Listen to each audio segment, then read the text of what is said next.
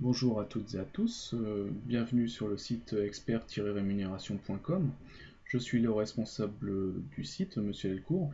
Vous pouvez aussi nous suivre sur Twitter @expertrému, ainsi que sur Facebook et sur notre chaîne YouTube. Dans cette vidéo, nous allons aborder les impacts financiers et sociaux des différents statuts de dirigeants. En effet, il est primordial pour le dirigeant d'opter pour le statut le plus pertinent au vu de ses souhaits. Premièrement, souhaite-t-il réduire son coût entreprise? C'est un élément important pour un début d'activité. Deuxièmement, souhaite-t-il maximiser sa rémunération immédiate, c'est-à-dire le net dans la poche une fois déduites les charges fiscales et sociales? Troisièmement, souhaite-t-il maximiser sa rémunération indirecte? Je pense notamment à la retraite et à la prévoyance. Pour ce qui est de ces chiffres clés, je vous invite à visualiser l'article Les chiffres clés du dirigeant sur le site. Tout d'abord, revenons sur les régimes fiscaux et sociaux des trois principaux statuts de dirigeant. Le premier régime est celui de l'entrepreneur individuel. L'entrepreneur est donc imposé fiscalement et socialement sur son bénéfice.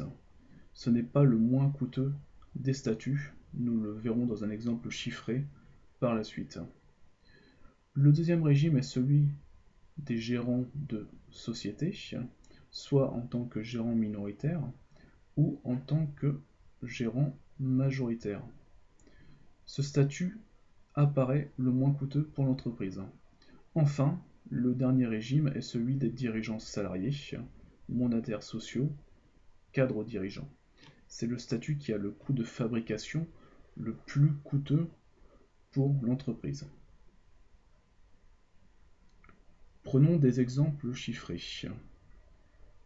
Ces exemples peuvent être réalisés par le biais d'outils de simulation de statut que vous pourrez retrouver sur le marché, ou bien tout simplement en posant les calculs à la main, ce que j'ai fait. Alors, premièrement, comparons un statut d'entrepreneur individuel avec un statut de gérant majoritaire. Comme on peut le constater sur le graphique, pour un coût entreprise identique de 133 445 €, un entrepreneur individuel bénéficiera d'un revenu immédiat de 67 787 €, inférieur à celui d'un gérant majoritaire. En effet, celui du gérant majoritaire s'élèvera à 71 887 €, soit un revenu supérieur de 4 100 € avec une couverture protection sociale identique. Par ailleurs, si on maintient un revenu immédiat identique de 67 787 €, on se rend compte que le coût entreprise est bien inférieur dans le cas du gérant majoritaire article 62, avec une différence de 8 145 €. Maintenant, comparons un statut de salarié avec un statut de gérant majoritaire. On peut remarquer que le statut de salarié est très lourd pour le budget de l'entreprise. En effet, pour un revenu disponible équivalent, la différence de coût entreprise s'élève à 13 764 €. Le statut de dirigeant salarié est bien adapté quand l'entreprise a déjà les reins solides en termes de capacité de financement.